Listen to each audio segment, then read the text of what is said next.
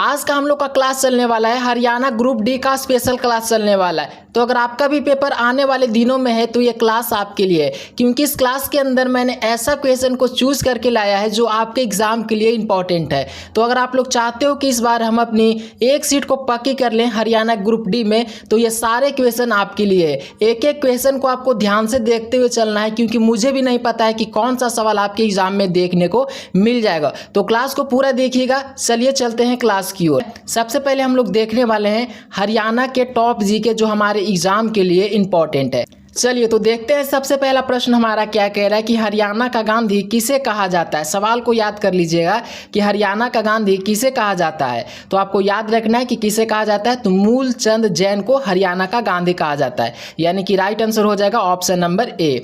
और यहाँ से अगर सवाल पूछ लिया जाए कि रोहतक का गांधी किसे कहा जाता है, आपसे अगर एग्जाम में पूछा जाए कि रोहतक का गांधी किसे कहा जाता है, तो आप लोग को बताना है कि पंडित श्री राम को रोहतक का गांधी कहते हैं। रोहतक का गांधी किसे कहते हैं, तो पंडित श्री राम शर्मा को रोहतक का गांधी कहते हैं। चलिए अगला नंबर हमारा प्रश्न क्या कह रहा है, माधोगढ़ का जिला हरियाणा के किस जिले में स्थित है। ये भी सवाल इंपॉर्टेंट है। बताना है कि माधोगढ़ का जो किला है वो हरियाणा के किस राज्य में स्थित है।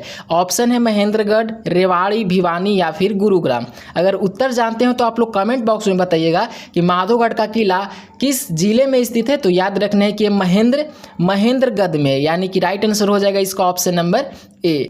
और यहाँ से एक प्रश्न को याद रखना है कि पीतल नगरी किसे कहते हैं। सवाल पूछा जा चुका है एग्जाम में कि पीतल नगरी किसे कहते हैं। तो याद रखना है कि रेवाड़ी को हम लोग पीतल नगरी कहते हैं। पीतल नगरी किसे कहते हैं, तो रेवाड़ी को पीतल नगरी कहते हैं। अगला प्रश्न देखते हैं, मोरनी हिल्स की सबसे ऊंची चोटी का नाम क्या है। यह भी सवाल इंपॉर्टेंट है। सवाल कह रहा है कि मोरनी हिल्स की सबसे ऊंची चोटी का नाम क्या है। तो आपको बताना है कि मोरनी हिल्स की जो सबसे ऊंची चोटी का नाम है उसे हम लोग करोह कहते हैं। देखिए करोह ऑप्शन नंबर ए में दिया गया है, करोह राइट आंसर हो जाएगा ऑप्शन नंबर ए। अगला नंबर प्रश्न है, हरियाणा का प्रसिद्ध गुजरी महल किस शासक द्वारा बनवाया गया था। सवाल को याद कर लीजिएगा कि हरियाणा का जो प्रसिद्ध गुजरी महल है वो किस शासक द्वारा बनवाया गया था। तो आपको याद रखना है कि किस शासक द्वारा बनवाया गया था। तो ये बनवाया गया था फिरोज शाह तुगलक के द्वारा। देखिए ऑप्शन नंबर ए में है फिरोज शाह तुगलक, यानी कि राइट आंसर हमारा हो जाएगा ऑप्शन नंबर ए। यहाँ से एक इंपॉर्टेंट पॉइंट को याद रखना है। अगर सवाल पूछ लिया जाए कि गुजरी महल किस जिला में है, तो आप लोग को बताना है कि जो गुजरी महल है वो हिसार जिला में है। कौन सा जिला में है, हिसार जिला में, याद रखिएगा। चलिए अगर निर्माण पूछ लिया जाए कि गुजरी महल का निर्माण कब हुआ था, तो आप लोग को याद रखना है कि यह हुआ था 1354 में।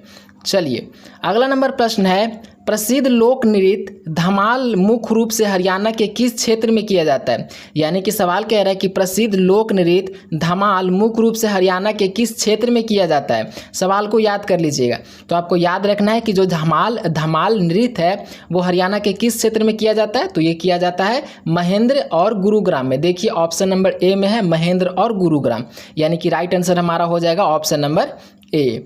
अगला नंबर प्रश्न क्या कह रहा है कि हर्षवर्धन की राजधानी थानेसर हरियाणा के किस जिले में आती है। बताना है कि हर्षवर्धन की जो राजधानी है थानेसर हरियाणा के किस जिले में आती है। ऑप्शन दिया गया है कुरुक्षेत्र, करनाल, कैथल या फिर अंबाला। आंसर देने की कोशिश कीजिएगा कि हर्षवर्धन की जो राजधानी थानेश्वर थी वो हरियाणा के कौन से जिले में, क्योंकि सवाल इंपॉर्टेंट है मेरे भाई, याद कर लीजिए। तो इसका जो राइट आंसर हो जाएगा वो हो जाएगा कुरुक्षेत्र, जो कि ऑप्शन नंबर ए में दिया गया है। चलिए अगला नंबर प्रश्न है, हरियाणा के किस जिले को शहीद का शहर कहा जाता है। इसको आपको याद कर लेना है कि हरियाणा के किस जिले को शहीद का शहर कहा जाता है। और जो उत्तर का मतलब जो क्वेश्चन का उत्तर आप लोग को पता रहेगा ना, प्लीज़ आप लोग कमेंट बॉक्स में उत्तर ज़रूर बताइएगा।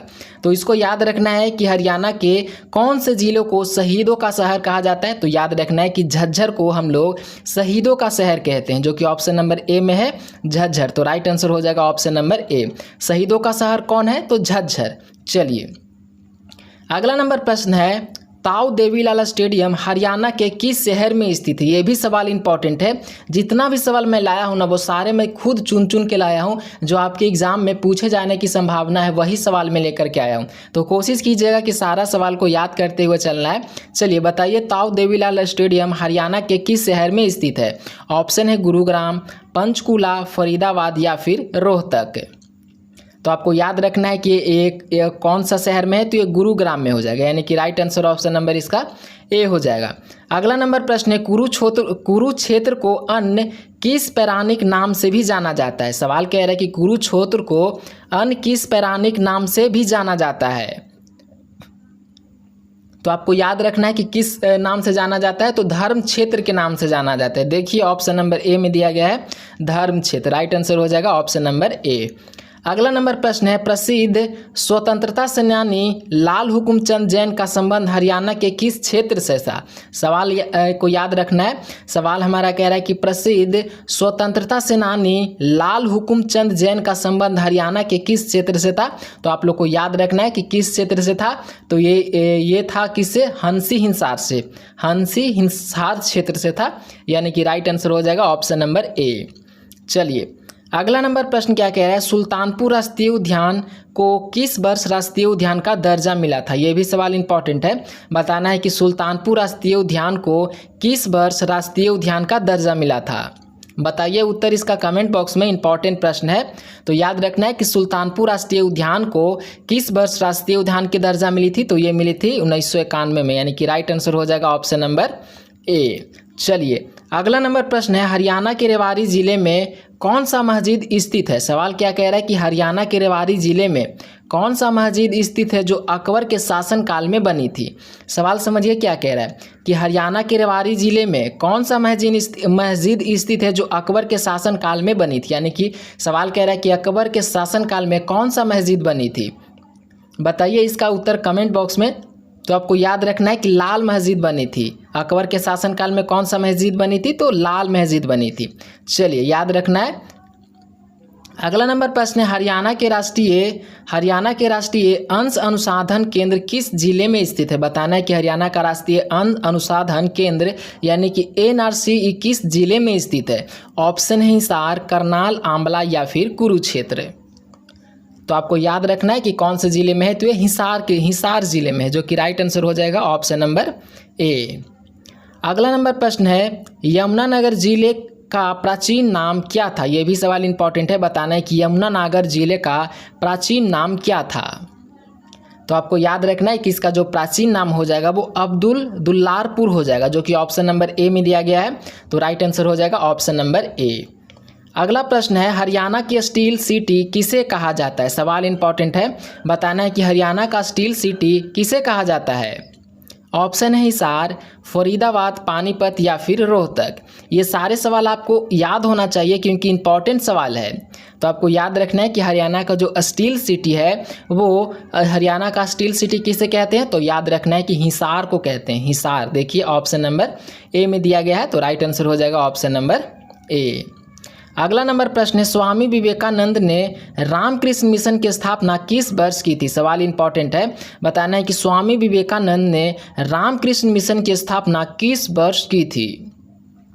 तो आपको याद रखना है कि ये किए थे 1897 में, राइट आंसर हो जाएगा ऑप्शन नंबर ए। चलिए यहाँ से याद रखना है कि 1885 में क्या हुआ था, तो आपको बताना है कि भारतीय राष्ट्रीय कांग्रेस की स्थापना हुई थी 1850 में। भारतीय राष्ट्रीय कांग्रेस की स्थापना कब हुई थी? तो 1850 में। पहला प्रश्न ये याद रखना है। दूसरा प्रश्न याद रखना है कि स्वदेशी आंदोलन या फिर बंगाल विभाजन कब हुआ था? अगर जानते हो तो कमेंट बॉक्स में उत्तर बताइए कि स्वदेशी आंदोलन और बंगाल विभाजन कब हुआ था? बताइए आप लोग उत्तर कमेंट बॉक्स में। तो ये हुआ था 1905 में, स्वदेशी आंदोलन और बंगाल विभाजन दो चीज़ हुआ था 1950 में। और 1885 में क्या हुआ था? भारतीय राष्ट्रीय कांग्रेस की स्थापना हुई थी। चलिए अगला नंबर प्रश्न है, हरियाणा में महार गांव जगमग गांव की योजना की शुरुआत किस वर्ष हुई थी। सवाल को एक बार दो बार पढ़ना है तभी आपको याद होगा। सवाल कह रहा है कि हरियाणा में महामार गांव जगमग गांव की योजना की शुरुआत किस वर्ष हुई थी। तो आपको याद रखना है कि ये जो जगमग गांव की योजना की जो शुरुआत हुई थी वो कौन से वर्ष में हुई थी। तो ये हुई थी 2015 में। देखिए 2015 ऑप्शन नंबर ए में दिया गया है। तो राइट आंसर हो जाएगा इसका ऑप्शन नंबर ए। चलिए अगला नंबर प्रश्न है, च्यवन ऋषि का संबंध हरियाणा के किस पहाड़ी से है। बताना है कि च्यवन ऋषि का संबंध हरियाणा के किस पहाड़ी से माना जाता है। सवाल ये भी इम्पॉर्टेंट है, तो आप लोग को याद रखना है कि किस पहाड़ी से माना जाता है। तो ये माना जाता है ढोसी की पहाड़ी, जो कि महेंद्रगढ़ में पड़ता है। ढोसी की पहाड़ी कौन सा कहाँ पड़ता है, महेंद्रगढ़ में पड़ता है, यानी कि राइट आंसर हो जाएगा ऑप्शन नंबर ए। अगला नंबर प्रश्न है, कालसे राष्ट्रीय उद्यान किस वृक्ष के जंगल के लिए प्रसिद्ध है। सवाल इंपॉर्टेंट है, बताना है कि कालसे राष्ट्रीय उद्यान किस वृक्ष के जंगल के लिए प्रसिद्ध है। तो आपको याद रखना है कि कौन से वृक्ष के जंगल के लिए प्रसिद्ध है ये कालसे राष्ट्रीय उद्यान। ऑप्शन में है साल, शीशम, सागौन या फिर नीम। तो आपको याद रखना है कि साल के लिए प्रसिद्ध है, साल के लिए प्रसिद्ध है, यानी कि राइट आंसर हो जाएगा ऑप्शन नंबर ए। चलिए अगला नंबर प्रश्न है, हरियाणा के किस जिले में केंद्रीय भैंस अनुसंधान संस्था यानी कि CIRB स्थित है। सवाल इंपॉर्टेंट है, बताना है कि हरियाणा के किस जिले में केंद्रीय भैंस अनुसंधान संस्थान स्थित है। ऑप्शन दिया गया हिसार, करनाल, कैथल या फिर रोहतक। तो इसका जो राइट आंसर हो जाएगा वो ऑप्शन नंबर ए हो जाएगा, हिसार। चलिए 21 नंबर प्रश्न है, हरियाणा में राष्ट्रीय कैसर संस्थान कहाँ स्थित है। सवाल को याद रखना है कि हरियाणा में राष्ट्रीय कैसर संस्थान कहाँ स्थित है।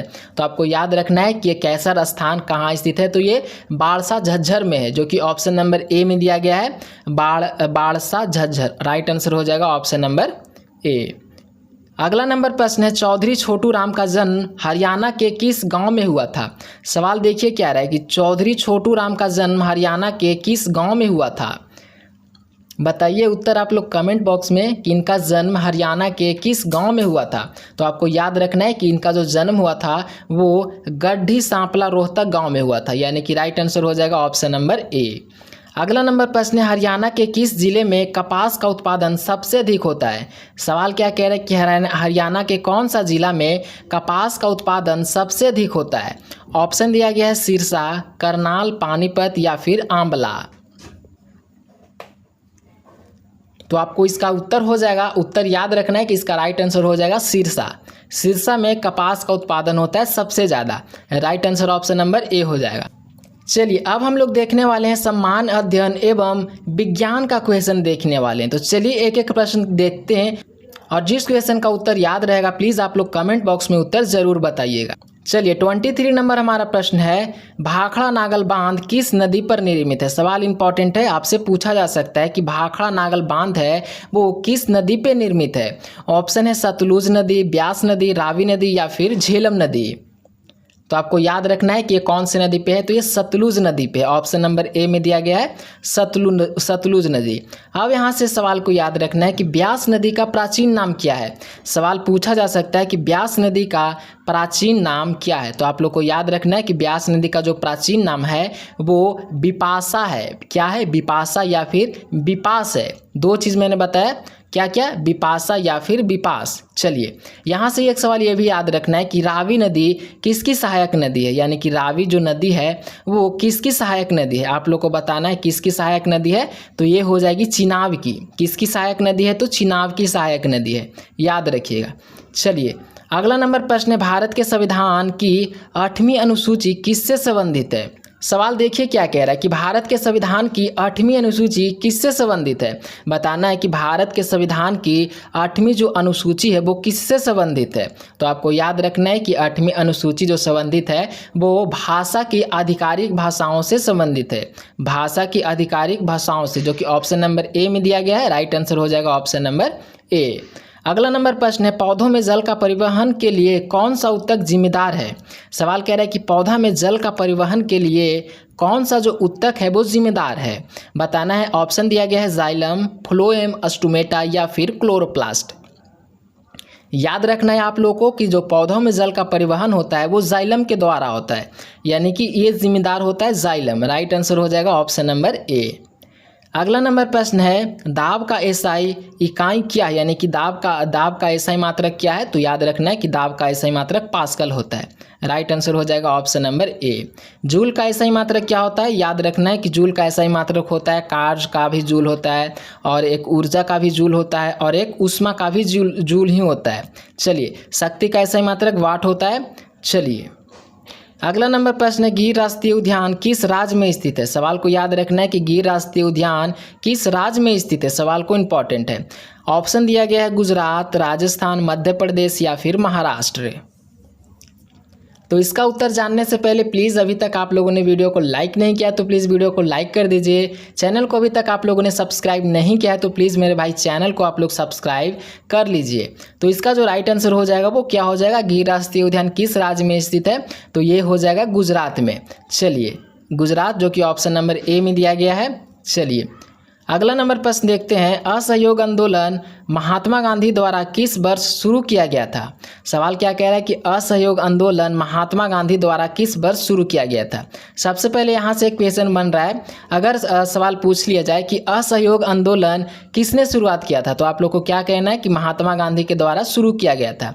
सवाल कह रहा है कि कौन सा वर्ष में शुरू किया गया था, तो वो आप लोग उत्तर बताना है। ऑप्शन है, आप लोग इसका उत्तर बताइए कि असहयोग आंदोलन महात्मा गांधी द्वारा किस वर्ष शुरू किया गया था। तो ये किया गया था।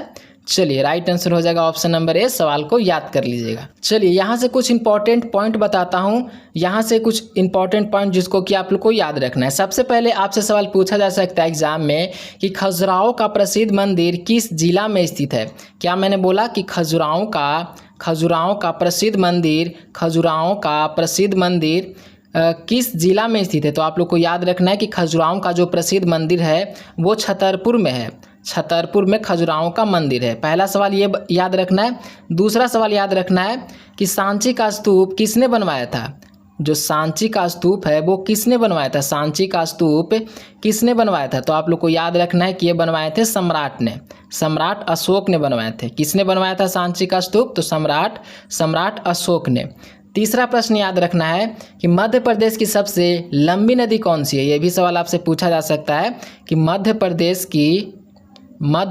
की सबसे लंबी नदी कौन सी है। मध्य प्रदेश की सबसे लंबी नदी कौन सी है, तो याद रखना है कि कौन सा नदी हो जाएगा, तो नर्मदा नदी हो जाएगा। कौन सी नदी हो जाएगा, नर्मदा नदी हो जाएगा। चलिए, अगला नंबर प्रश्न देखते हैं। अगला नंबर हमारा प्रश्न क्या कह रहा है कि रिजर्व बैंक यानी कि आरबीआई का मुख्यालय कहाँ स्थित है। सवाल को याद रखना है कि आरबीआई का जो मुख्यालय है वो कहाँ स्थित है। सबसे पहले याद रखना है कि आरबीआई बैंक की स्थापना कब हुई थी। तो कब हुई थी, आप लोग को याद रखना है कब हुई थी, 1935 में। हमारा सवाल कह रहा है कि आरबीआई का मुख्यालय पूछ रहा है, तो मुख्यालय कहाँ हो जाएगा, मुंबई में हो जाएगा, जो कि ऑप्शन नंबर ए में दिया गया है। राइट आंसर हो जाएगा ऑप्शन नंबर ए। चलिए, अगला नंबर प्रश्न है भोर का तारा किसे कहा जाता है। सवाल याद रखना है कि भोर का जो तारा है वो किसे कहा जाता है। ऑप्शन दिया गया है शुक्र, मंगल, बुध या फिर शनि। तो इसका जो राइट आंसर हो जाएगा वो शुक्र हो जाएगा। शुक्र को हम लोग भोर का तारा कहते हैं, यानी कि राइट आंसर हो जाएगा ऑप्शन नंबर ए। चलिए, अगला नंबर प्रश्न है विटामिन ए की कमी से कौन सी बीमारी होती है। बताना है कि विटामिन ए की कमी से कौन सी बीमारी होती है। सवाल इंपॉर्टेंट है, तो आपको याद रखना है कि विटामिन ए की जो कमी से जो रोग होता है वो कौन सा होता है, तो होता है रतौंधी, जो कि देखिए ऑप्शन नंबर ए में दिया गया है। विटामिन ए की कमी से रतौंधी होता है। राइट आंसर हो जाएगा ऑप्शन नंबर ए। चलिए, याद रखना है कि बेरी किसकी कमी से होती है, तो ये विटामिन B1 की कमी से होती है। बेरी कौन सी विटामिन की कमी से होती है, तो ये विटामिन B1 की कमी से होती है। अगर पूछ लिया जाए कि घेंघा किसकी कमी से होती है, तो ये होती है आयोडीन की कमी से। घेंघा रोग जो होती है वो किसकी कमी से होती है, तो ये आयोडीन की कमी से होती है। चलिए, अब हमारा हिंदी और व्याकरण का क्वेश्चन स्टार्ट हो चुका है, तो आप लोग सारा क्वेश्चन को देखते हुए चलिएगा। सारा ही प्रश्न मैंने इंपॉर्टेंट लिया है। चलिए, 33 नंबर प्रश्न क्या कह रहा है कि आंख का तारा होना मुहावरे का सही अर्थ क्या है। सवाल को याद रखना है कि आंख का तारा होना मुहावरे का सही अर्थ क्या है। ऑप्शन दिया गया है अत्यधिक प्रिय होना, आंख की रोशनी बढ़ना, घमंड करना या फिर ध्यान से सुनना। तो आपको याद रखना है कि आंख का तारा होना यानी कि अत्यधिक प्रिय होना। राइट आंसर हो जाएगा ऑप्शन नंबर ए। अगला नंबर प्रश्न हमारा है पवन का सही संधि विच्छेद क्या होगा, यानी कि आपसे पवन का संधि विच्छेद पूछ रहा है, आप लोग को बताना है पवन का संधि विच्छेद। एक प्रश्न और भी बहुत ज़्यादा पूछा जाता है, देवालय का संधि विच्छेद पूछा जाता है। देवालय का संधि विच्छेद आप लोग को बताना है क्या होता है, और पवन का बताना है, दोनों का बताइए फटाफट से। तो देखिए देवालय का जो संधि विच्छेद होता है वो होता है देव प्लस आलय, ये हो गया देवालय का संधि विच्छेद। अब पवन का संधि विच्छेद कह रहा है, तो पवन का जो संधि विच्छेद होता है वो पो प्लस अन होता है, यानी कि राइट आंसर हो जाएगा ऑप्शन नंबर ए। चलिए अगला नंबर प्रश्न है, सूर्य शब्द का कौन सा परिवाची शब्द नहीं है, बताना है कि इनमें से कौन सा है जो कि सूर्य शब्द का परिवाची शब्द नहीं है। तो इनमें से देखिए कौन सा नहीं है, आप लोग कोशिश कीजिए उत्तर देने का इसका। तो देखिए जो मयंक है ना वो सूर्य का परिवाची शब्द नहीं है, बाकी हमारा जो सूर्य का परिवाची शब्द हो जाएगा वो दिनकर हो जाएगा, दिवाकर हो जाएगा, या एक भास्कर हो जाएगा। ये तीनों है जो कि सूर्य का परिवाची शब्द नहीं है, और मयंक है जो कि सूर्य का परिवाची शब्द नहीं है। तो आपको सूर्य का परिवाची शब्द भी याद रखना है, क्योंकि सवाल ऐसे भी पूछ सकता है कि सूर्य का परिवाची शब्द कौन सा है। चलिए अगला नंबर हमारा प्रश्न है, उत्थान शब्द का विलोम शब्द क्या होगा, आप लोग को बताना है कि उत्थान शब्द का विलोम शब्द क्या होगा। ऑप्शन है पतन, अवनीत, विनाश या फिर अधोगति। तो याद रखना है कि इसका राइट आंसर क्या हो जाएगा, ऑप्शन नंबर ए हो जाएगा, उत्थान का पतन होता है। चलिए अगला नंबर प्रश्न है, कवि शब्द का सही स्त्रीलिंग रूप क्या है, बताना है कि कवि शब्द का स्त्रीलिंग रूप क्या है। तो कवि का स्त्रीलिंग कवित्री हो जाएगा, कवित्री भी देख लीजिएगा सही तरीका से कैसे लिखा जाता है, ऑप्शन नंबर ए हो जाएगा, right answer option number A हो जाएगा। चलिए 38 नंबर प्रश्न है, जो सब कुछ जानता हो उसके लिए एक शब्द क्या होगा, बताना है कि जो सब कुछ जानता हो उसके लिए एक शब्द क्या होगा। ऑप्शन है सर्वज्ञ, अल्पज्ञ, अज्ञानी या फिर बहुयज्ञ।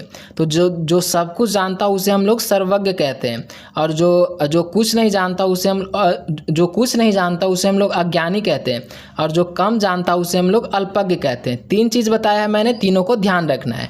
चलिए अगला नंबर प्रश्न है, अनुराग शब्द का विलोम शब्द क्या होगा, बताना है अनुराग का विलोम शब्द क्या होगा। ऑप्शन है विराग, प्रेम, देश या फिर क्रोध। तो आपको याद रखना है कि अनुराग का जो विलोम शब्द होता है वो होता है अनुराग का हो जाएगा, क्या हो जाएगा आप लोग बताइए कमेंट बॉक्स में। सिंपल सा प्रश्न है, अनुराग का होता है विराग, राइट आंसर हो जाएगा ऑप्शन नंबर ए। अगला नंबर प्रश्न है, पीताम्बर पीला है वस्त्र जिसका अर्थात श्री कृष्ण में कौन सा समास है। सवाल क्या कह रहा है कि पीताम्बर पीला है वस्त्र जिसका अर्थात श्री कृष्ण में कौन सा समास है। तो आपको याद रखना है कि इनमें कौन सा समास हो जाएगा, तो ये हो जाएगा बहुब्रीहि समास, जो कि ऑप्शन नंबर ए में दिया गया है, तो राइट आंसर हो जाएगा ऑप्शन नंबर ए। चलिए 41 नंबर प्रश्न है, हाथ कंगन को आरसी क्या लोकरीत का सही अर्थ क्या है। सवाल इंपॉर्टेंट है, बताना है कि हाथ कंगन को आरसी क्या लोकरीत का अर्थ क्या है। तो याद रखना है कि प्रत्यक्ष को प्रमाण की आवश्यकता नहीं होती, यानी कि राइट आंसर हो जाएगा ऑप्शन नंबर ए। अगला नंबर प्रश्न है, यहाँ से अब हमारा इंग्लिश का क्वेश्चन स्टार्ट होने वाला है, समान इंग्लिश यानी कि इंग्लिश का प्रश्न स्टार्ट होने वाला है। चलिए देखते हैं पहला नंबर प्रश्न क्या कह रहा है कि choose the correct spelling word, यानी कि इनमें से बताना है कि कौन सा स्पेलिंग है जो कि सही लिखा है, यानी कि यहाँ पे 3 स्पेलिंग गलत लिखा हुआ है और 1 स्पेलिंग सही लिखा हुआ है। तो देखिए रिसीव का आप लोग को मीनिंग याद कर लीजिएगा, रिसीव का मीनिंग होता है RECEIVE होता है। देखिए RECEIVE कौन सा ऑप्शन में है, तो ऑप्शन नंबर ए में दिया गया है। देखिए RECEIVE यानी कि राइट आंसर हो जाएगा ऑप्शन नंबर ए। चलिए अगला नंबर प्रश्न क्या कह रहा है, select the correct antonym of giant, यानी कि एंटम का मतलब आपसे क्या पूछ रहा है, आपसे विलोम शब्द पूछ रहा है। बताना है कि इसका विलोम शब्द क्या होता है। तो इसका जो विलोम शब्द हो जाएगा ना वो क्या हो जाएगा, आप लोग फटाफट से कमेंट बॉक्स में बताइए। चलिए इसका जो राइट आंसर हो जाएगा वो टिनी हो जाएगा, right answer option number B में दिया गया है, राइट आंसर हो जाएगा ऑप्शन नंबर बी हो जाएगा टिन्नी। यहाँ पे नंबरिंग यहाँ पे छूट गया है, तो इस पर ध्यान नहीं देना है, आप लोग सवाल को देखिए। चलिए अगला नंबर प्रश्न है, select the correct synonym of word of candidate, यानी कि सिनोनिम का मतलब आपसे क्या पूछ रहा है, आपसे परिवाची शब्द पूछ रहा है। तो आप लोग को बताना है कि इसका परिवाची शब्द क्या होता है। तो इसका जो परिवाची शब्द हो जाएगा वो हो जाएगा ऑप्शन नंबर बी हो जाएगा, फ्रैंक आउट स्पोकन हो जाएगा, यानी कि राइट आंसर हो जाएगा ऑप्शन नंबर बी हो जाएगा। अगला नंबर प्रश्न हमारा क्या कह रहा है कि she has been working in the company last year. यहाँ पे हम लोग किस चीज़ का प्रयोग करेंगे? सवाल हमारा कह रहा है she has been working in his company last year. तो यहाँ पे हम लोग फॉर का प्रयोग करेंगे, इन का प्रयोग करेंगे, फ्रॉम का या फिर सिंस का। तो जहाँ पे भी समय का बोध होगा वहाँ पे हम लोग सिंस का प्रयोग करेंगे। यहाँ पे देखिए समय का बोध हो रहा है लास्ट ईयर यानी कि पिछले साल। तो यहाँ पे हम लोग किस चीज़ का प्रयोग करेंगे? सिंस का प्रयोग करेंगे। सिंस देखिए ऑप्शन नंबर डी में दिया गया है। तो राइट आंसर हो जाएगा इसका ऑप्शन नंबर डी। चलिए अगला नंबर प्रश्न क्या कह रहा है?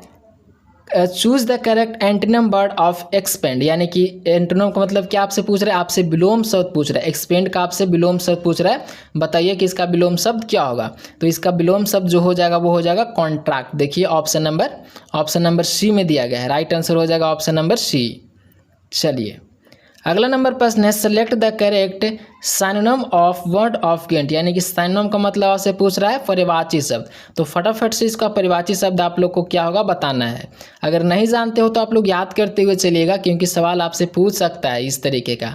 तो इसका जो राइट आंसर हो जाएगा वो हग हो जाएगा। ऑप्शन नंबर ए में दिया गया है। Right answer option number A हो जाएगा हग। चलिए 48 नंबर प्रश्न हमारा क्या कह रहा है? Select the one word of phase a person who rights book. तो यानी कि यहाँ पे क्या कह रहा है सवाल फिर से पढ़ के समझिए। Select the one word for the first a person who rights book. यानी कि बुक कौन लिखता है? तो ऑथर लिखता है यानी कि बुक लेखक लिखता है। यानी कि राइट आंसर हो जाएगा इसका ऑप्शन नंबर ए। सवाल इंपॉर्टेंट है, याद रखते हुए चलना है। इस टाइप का ना सवाल आपसे एग्जाम में पूछा जाएगा। चलिए 49 नंबर प्रश्न है fill in the blanks with the suitable article. यानी कि यहाँ पे आर्टिकल से क्वेश्चन आ चुका है। Choose the plural from the verb. यानी कि इसका आप लोग को बताना है कि इसका क्या ऑप्शन हो जाएगा। तो इसका जो ऑप्शन हो जाएगा वो हो जाएगा ऑप्शन नंबर ए हो जाएगा। चलिए देखते हैं अगला प्रश्न। सी इज़ ए हॉनेस्ट ऑफिसर। तो यहाँ पे हम लोग किस चीज़ का प्रयोग करेंगे? एन, ए, द या फिर नो आर्टिकल नीडेड। तो यहाँ पे आप लोग को याद रखना है कि सी इज़ ए, यहाँ पे हम लोग एन का प्रयोग करेंगे। देखिए एन जो कि ऑप्शन नंबर ए में दिया गया है। सी इज़ एन हॉनेस्ट ऑफिसर यानी कि राइट आंसर हो जाएगा ऑप्शन नंबर ए। चलिए अब हमारा गणित से प्रश्न आ चुका है। तो देखते हुए चलेंगे गणित का प्रश्न। और बनाने के लिए भी आप लोग को सीखना होगा क्योंकि भाई आपको वहाँ पे बना के आंसर देना होगा। चलिए 51 नंबर प्रश्न है यदि वृत्त की त्रिज्या इतनी सेंटीमीटर है तो क्षेत्रफल क्या होगा? तो ये तो सिंपल प्रश्न है। इसको निकालने के लिए सबसे पहले आप लोग को वृत्त का क्षेत्रफल पता होना चाहिए। तो वृत्त का क्षेत्रफल क्या होता है? वृत्त का जो क्षेत्रफल होता है वो होता है पाई आर स्क्वायर। पाई का मान आप लोग को पता ही होगा कितना होता है। पाई का मान 22/7 होता है। आर यानी कि त्रिज्या कितना है? त्रिज्या हमारा 7 दिया गया। तो 7 आर का स्क्वायर है यानी कि 7 हम लोग 2 बार लिखेंगे। अब हम लोग कट कर लेंगे। राइट आंसर हमारा आ जाएगा ऑप्शन नंबर ए हो जाएगा। चलिए सवाल को याद रखना है और फार्मूला को भी याद रखना है। अगला नंबर प्रश्न क्या कह रहा है? चलिए सिंपल प्रश्न है, इसको भी निकालना है। इसको आप लोग सॉल्व कीजिएगा तो कितना आंसर आएगा? 25% कितना होगा? यानी कि आपसे पूछ रहा है कि इतना का 25% कितना होगा। तो देखिए परसेंटेज निकालने के लिए जैसे ही बोलेगा तो इसका भी तरीका है। कितना कह रहा है? जितना बोलेगा उतना आप लोग को सबसे पहले लिख देना है। तो चलिए मैं लिखता हूँ। और इतना करने के बाद कितना कह रहा है? 25% कह रहा है। तो 25 कर लेंगे, बट्टे में 100 कर लेंगे। बस इसको सॉल्व कर लेंगे। राइट आंसर आ जाएगा 125। देखिए 125 ऑप्शन नंबर ए में दिया गया है। तो राइट आंसर हो जाएगा ऑप्शन नंबर ए। चलिए अगला नंबर प्रश्न है एक कार 60 किलोमीटर प्रति घंटा की चाल से 3 घंटे में कितनी दूरी तय करेगी? ये भी सवाल इंपॉर्टेंट है, सीख लीजिए बनाने के लिए क्योंकि सवाल पूछ सकता है। सवाल कह रहा है कि एक कार 60 किलोमीटर प्रति घंटा के चाल से 3 घंटे में कितनी दूरी तय करेगी? तो देखिए इसको निकालने के लिए क्या कह रहे हैं? दूरी निकालने के लिए सिंपल सा आप लोग को इसको मल्टीप्लाई करना है।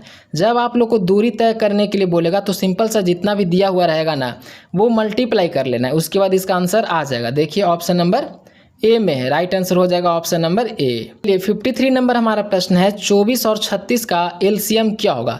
तो एलसीएम है, इसको तो आप लोग को सॉल्व करना आना चाहिए। काफ़ी सिंपल प्रश्न है। इसको सॉल्व करके आंसर आ जाएगा कितना, आप लोग कमेंट बॉक्स में बताइए। थोड़ा सा मैं टाइम देता हूँ, फटाफट से इसको सॉल्व कीजिए। इसका राइट आंसर आ जाएगा 72। देखिए ऑप्शन नंबर ए में दिया गया है। तो राइट आंसर हो जाएगा ऑप्शन नंबर ए। अगला नंबर प्रश्न है, निम्नलिखित श्रृंखला को लुप्त संख्या ज्ञात कीजिए। तो देखिए सिंपल प्रश्न है, आप लोग को इसको देख के समझ में आ गया होगा कि ये यहाँ पे किस तरीके से ये इसका आंसर आएगा। सवाल कह रहा है कि लुप्त संख्या ज्ञात कीजिए। तो देखिए 2 दूनी का 4, 4 दूनी का 8, 8 दूनी का 16, 16 में 2 करेंगे तो 32 आ जाएगा, 32 में 2 कर देंगे गुना तो हमारा आंसर आ जाएगा, यानी कि 2 दूनी का 4, 3 दूनी का 6, ऑप्शन नंबर ए हो जाएगा।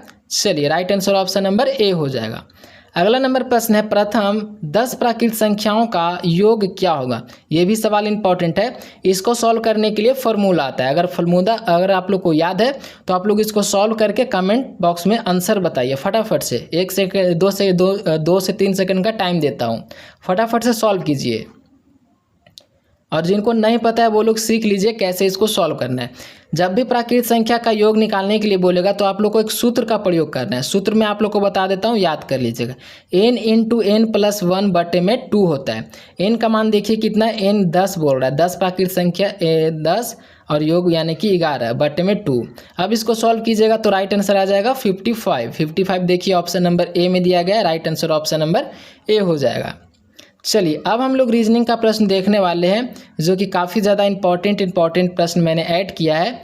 सबसे पहले प्रश्न क्या कह रहे हैं, यदि डॉग को कूट भाषा में EPH लिखा जाता है तो कैट को क्या लिखा जाएगा। सवाल क्या कह रहा है, देखिए कि डॉग को कूट भाषा में EPH लिखा जाता है तो कैट को क्या लिखा जाएगा। यहाँ पे देखिए थोड़ा सा आपको दिमाग लगाना होगा तभी रीजनिंग का प्रश्न बनेगा, और रीजनिंग का प्रश्न इतना भी आपसे हार्ड नहीं पूछेगा। देखिए सबसे पहले देखिए एक एक बढ़ के देखना है। डी के बाद क्या होता है, DEOOPGH, यानी कि देखने के बाद तो ऐसा लग रहा है कि सिर्फ +1 बढ़ के यहाँ पे लिखा हुआ है। तो सी के बाद देखते हैं क्या होता है। सी के बाद क्या आएगा, आप लोग बताइए फटाफट से कि सी के बाद क्या होता है। ABC, सी के बाद हमारा आएगा D, तो लिखेंगे D। ए के बाद क्या आएगा, ए के बाद आता है B। टी के बाद क्या आएगा बताइए, टी के बाद आता है U। देखिए DBU कहीं पे है ऑप्शन में, देखिए ऑप्शन नंबर ए में दिया गया है तो राइट आंसर हो जाएगा ऑप्शन नंबर ए। अगला नंबर प्रश्न है, दिए गए विकल्पों में विषम शब्द चुनिए। इनमें से बताना है विषम शब्द कौन सा है। प्लीज़ आप लोग उत्तर बॉक्स में इसका कमेंट बॉक्स बताइएगा, काफ़ी सिंपल प्रश्न है। तो देखिए यहाँ पे जो सबसे विषम हो जाएगा वो एक दिल हो जाएगा, क्योंकि आँख, कान, नाक, ये सब जितने भी आँख, कान, नाक है ना, ये सब बाहरी ज्ञानेंद्रियाँ हैं, जबकि दिल एक आंतरिक अंग है। दिल हमारा आंतरिक है, ये सब बाहरी अंग है।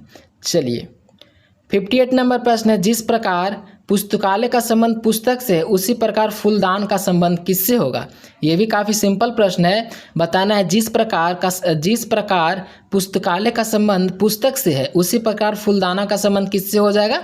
ऑप्शन है फूल, बगीचा, पत्ती या फिर पौधा। तो याद रखना है कि फूल का संबंध किससे हो जाएगा, तो इससे हो जाएगा, फूल से हो जाएगा। राइट आंसर हो जाएगा ऑप्शन नंबर ए। 59 नंबर प्रश्न है, यदि ए बी का बहन और सी बी की माता है तो सी ए का संबंध क्या होगा। तो देखिए रिलेशन से भी आपको सवाल बनाना आना चाहिए, क्योंकि सवाल पूछा जाएगा। तो ये हो जाएगी माता। देखिए माता ऑप्शन नंबर ए में दिया गया, राइट आंसर हो जाएगा ऑप्शन नंबर ए। तो चलिए हम लोगों ने सारे ही सवाल को कंप्लीट कर लिया है। तो प्लीज़ अभी तक आप लोगों ने क्लास को लाइक नहीं किया तो प्लीज़ क्लास को लाइक कर दीजिए, और क्या आप लोग इसका नेक्स्ट पार्ट देखना चाहते हो तो प्लीज़ आप लोग कमेंट बॉक्स में कमेंट कर दीजिए पार्ट 2।